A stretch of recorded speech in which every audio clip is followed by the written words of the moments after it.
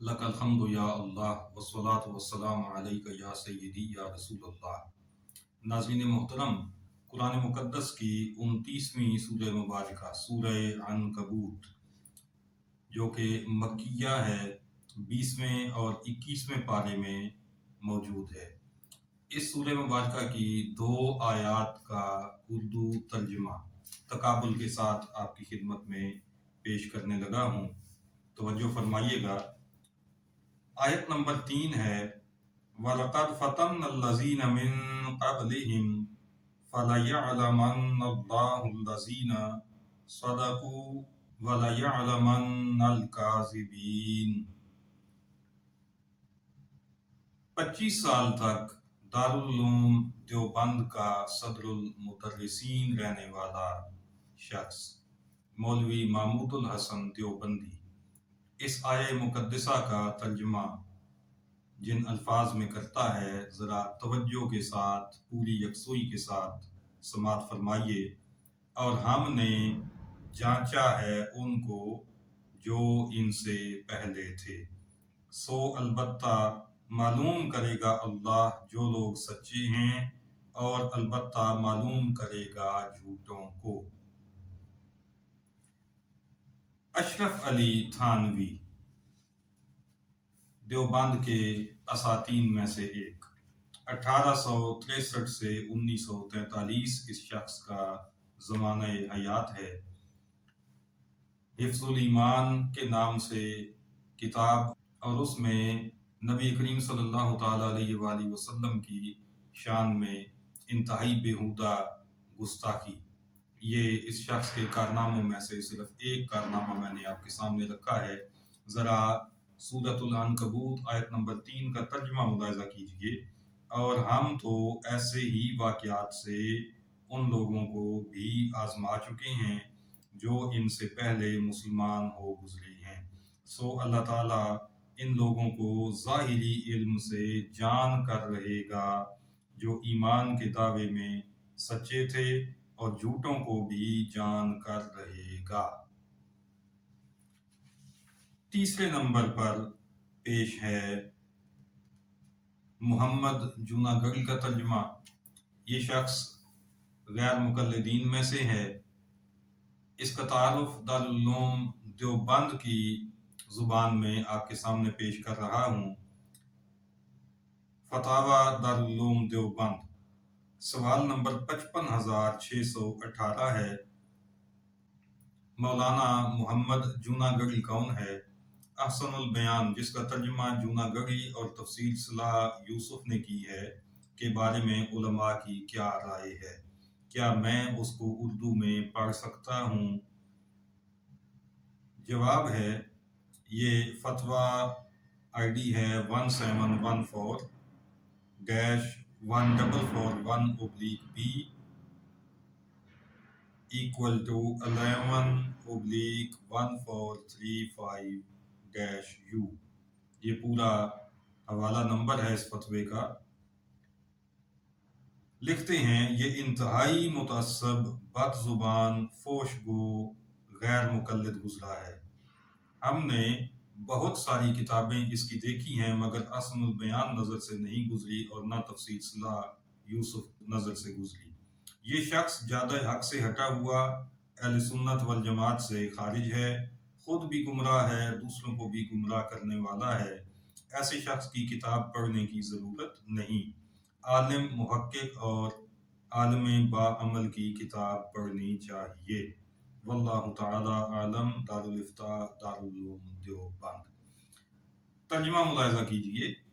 جوناگڑھی نے ترجمہ کیا ہے، ان سے اگلوں کو بھی ہم نے خوب جانچا، یقیناً اللہ تعالیٰ انہیں بھی جان لے گا جو سچ کہتے ہیں، اور انہیں بھی معلوم کر لے گا جو جھوٹے ہیں۔ چوتھے نمبر پر عبد الماجد دریابادی کا ترجمہ آپ کی خدمت میں پیش کر رہا ہوں۔ 1892 سے 1970 کا زمانہ ہے، اور ترجمہ کرنے کے بعد ان صاحب نے خود یہ اعتراف کیا ہے کہ میرا ترجمہ 75% اشرف علی تھانوی ہی کے ترجمے سے ماخوذ ہے۔ ملاحظہ کیجئے، اور ہم تو انہیں بھی آزما چکے ہیں جو ان سے قبل گزرے ہیں،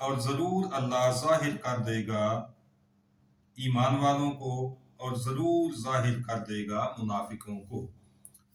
آپ نے دیکھا کہ سیدی اعلیٰ حضرت رحمۃ اللہ تعالیٰ علیہ نے بڑی خوبصورتی کے ساتھ اپنا ایمان بھی واضح کیا اور قرآن کا مفہوم بھی واضح کر دیا کہ اللہ تعالیٰ خود تو جانتا ہے کہ ایمان والے کون ہیں اور منافقوں کو بھی جانتا ہے، سچوں کو بھی پہچانتا ہے، جھوٹوں کو بھی جانتا ہے۔ کوئی چیز اس کی نظر سے پوشیدہ نہیں ہے، کوئی چیز اس کے علم کے احاطہ سے باہر نہیں ہے۔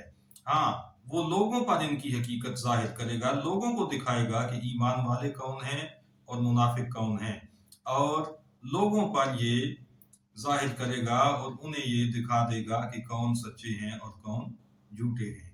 تو یہ ہے ایمان کا خزانہ۔